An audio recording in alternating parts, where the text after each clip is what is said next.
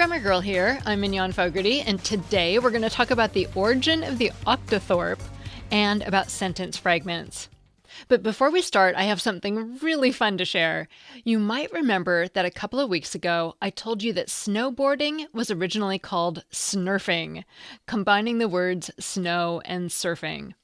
Well, a listener named Dan found a video interview with the man who invented snurfing, and it includes home videos of the first snurfing runs in his backyard. It's amazing. I'll put a link in the show notes, and you should be able to find it on all my social media channels too. I'm Grammar Girl on Facebook, LinkedIn, and Blue Sky, and The Grammar Girl on Instagram and Threads, and grammargirl.zirk.us at Mastodon.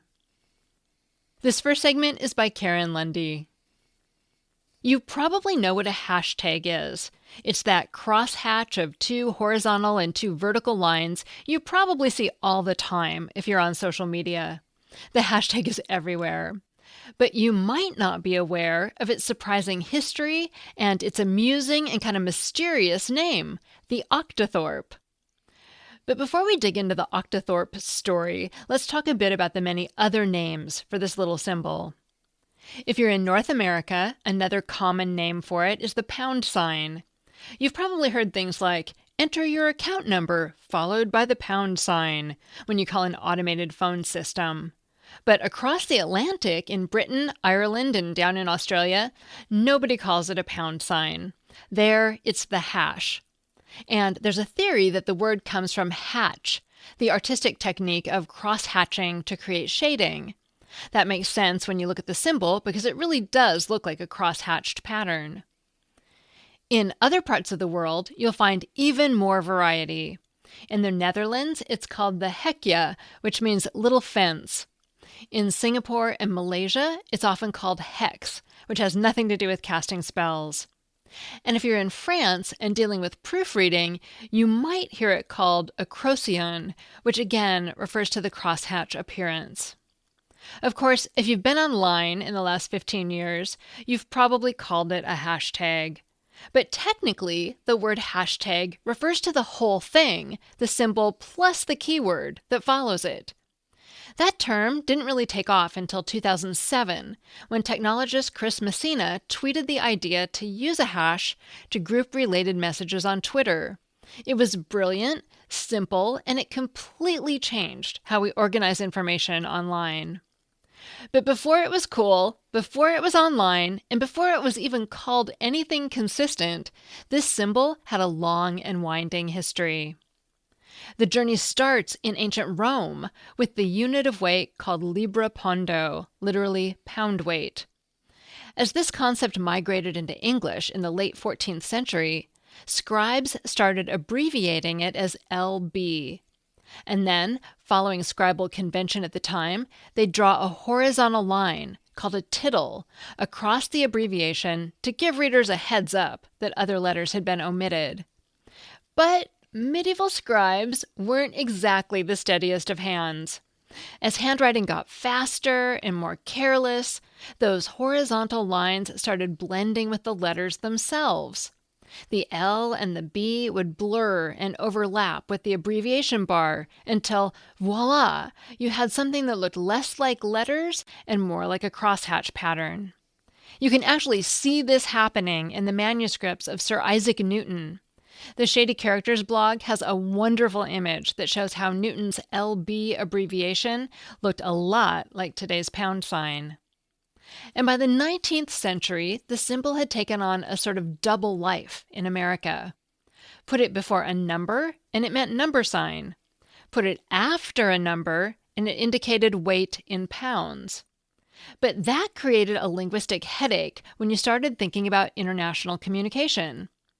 In Britain, the pound sign was already the name for the currency symbol.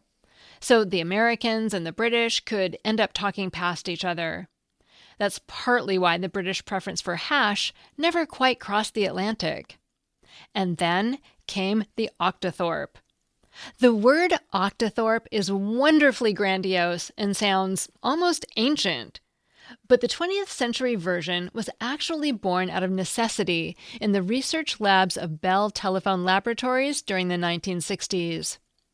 Bell was building a touch-tone telephone system, the kind that replaced the rotary phone dials those of us over a certain age remember. The grid worked fine for numbers 1 through 9. They could be laid out in rows of 3. But that left the 0 hanging out all alone on the bottom row. So they added symbols for those 2 keys, the asterisk and the hash. But the hash didn't have an official name, so someone needed to come up with one. And this is where the story gets a little murky. One popular origin story involves a Bell Labs supervisor named Don McPherson.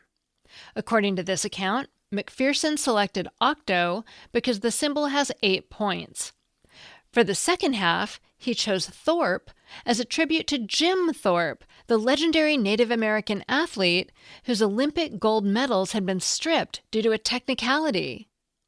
But in 2006, retired Bell Labs engineer Doug Kerr published a different recollection, suggesting that Octothorpe, or rather its original form, Octothorpe, started as a practical joke. Kerr had been complaining in internal reports about the lack of a professional name for the symbol.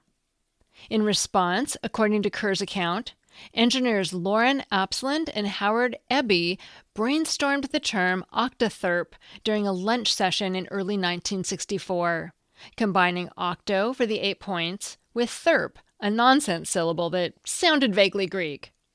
And that's not even the end of it, because of course it isn't. Robert Bringhurst, in his book, The Elements of Typographic Style, suggests yet another origin.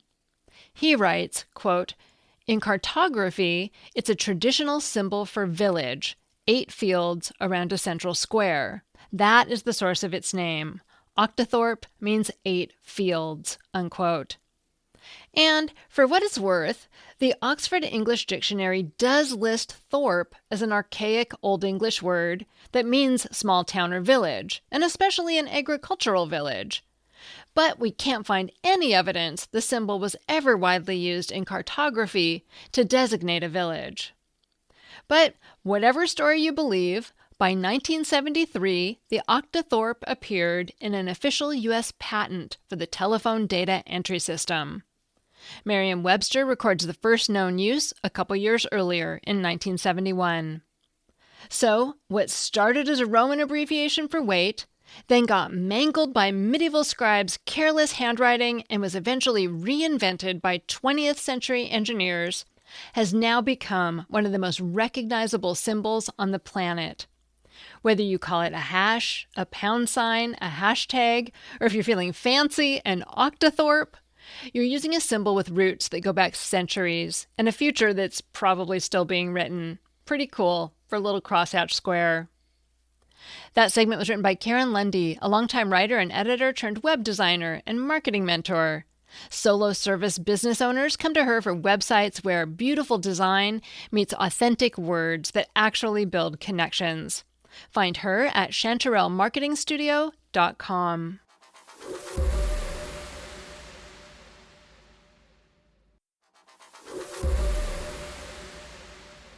Next, I have a piece I love about sentence fragments from way back in 2011 that I've remastered because it follows so nicely from last week's piece about dependent clauses, and because it makes me laugh. I often imagine that listeners are writing long pieces, such as articles, essays, and books.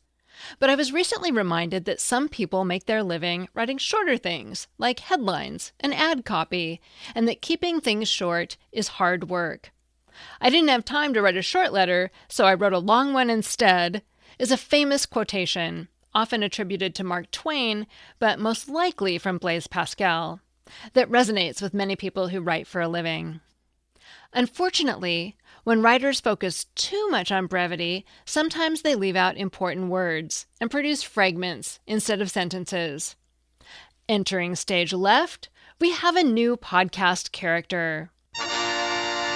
Welcome, Sir Fragalot. Sir Fragalot flounces around the countryside, shouting sentence fragments at unsuspecting strangers. Over the next hill! A tree with wings! On DVD, December 19th.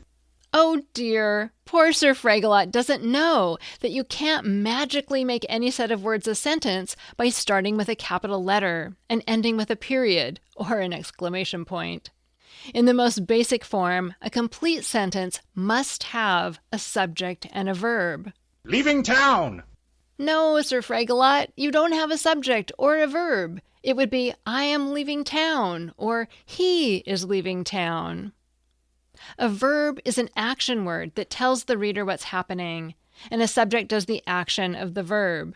You can make a complete sentence with just 2 words. Squiggly hurried.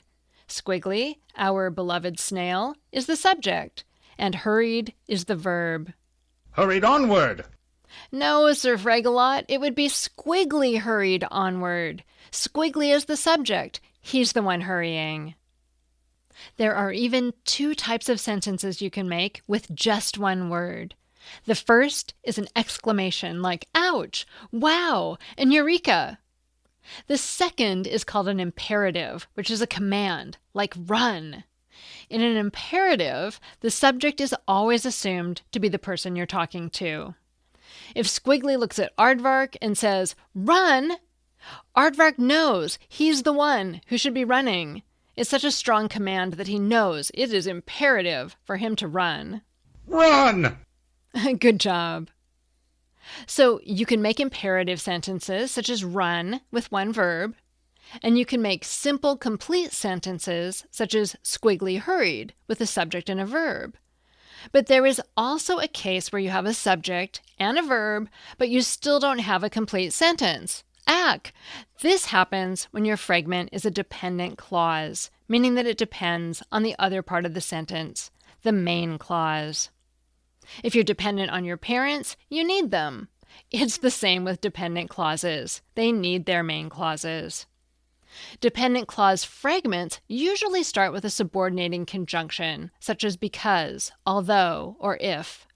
I'm going to need more examples to explain this one. It makes a lot more sense when you hear examples. Let's go back to our simple sentence. Squiggly hurried. I'm sure you all get that this is a complete sentence because it has a subject and a verb. But look what happens if you put a subordinating conjunction in front of it. Because Squiggly hurried. By adding that because, I've completely messed up the sentence. Now I need the part that explains the because. The because makes the whole thing a dependent clause that can't exist on its own. Well, it can exist, but it's a fragment, and that's bad. The dependent clause now only makes sense if it has a main clause.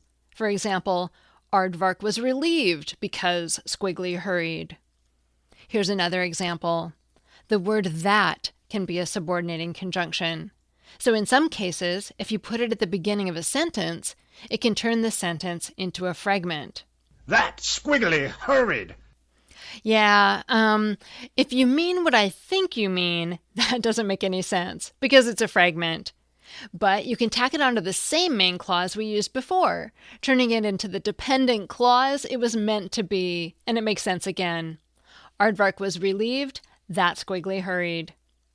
To sum up, in the real world, you'll find fragments used in places like dialogue and for emphasis, but there are some easy tests if you want to see if you have a fragment.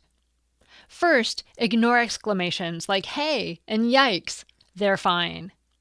The next easiest test is to ask yourself if there's a verb. If there's no verb, then it's a fragment. Then, if there's a verb and no subject, ask yourself if the sentence is a command. If it's a command, then it's an imperative sentence. And if it's not a command, then it's a fragment. Finally, ask yourself if it's a subordinate clause. If it is, then it's a fragment. That last one is a little trickier, but I'm sure you can do it. Thanks to Miss Peter from Music Nerve for playing the part of Sir Fragalot.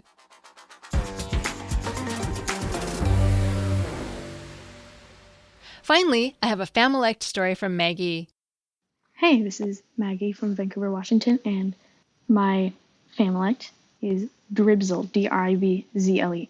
And this comes from when I was about 4, and I liked to make up what I now know are portmanteau words, but I called them combined words at the time. And Dribzle was my combination of dribble and drizzle, and I feel like it is now used mostly by my dad when my dog has just taken a drink and is leaving water on the floor. And it's kind of funny that he still uses a word that I made up years ago, but it is completely a Familect because I made it up. Just wanted to share. Thanks, Maggie. I loved this one because usually it's the parents instead of kids who call about the Familect their family is still using. Also, I had a bull mastiff, and that dog definitely dribbled. Before we finish, I want to wish all of you a happy National Grammar Day. It's coming up tomorrow, March 4th, and I'll have the winner of the ACES National Grammar Day Poetry Contest on the show next week. I've also made my broadest LinkedIn learning course free.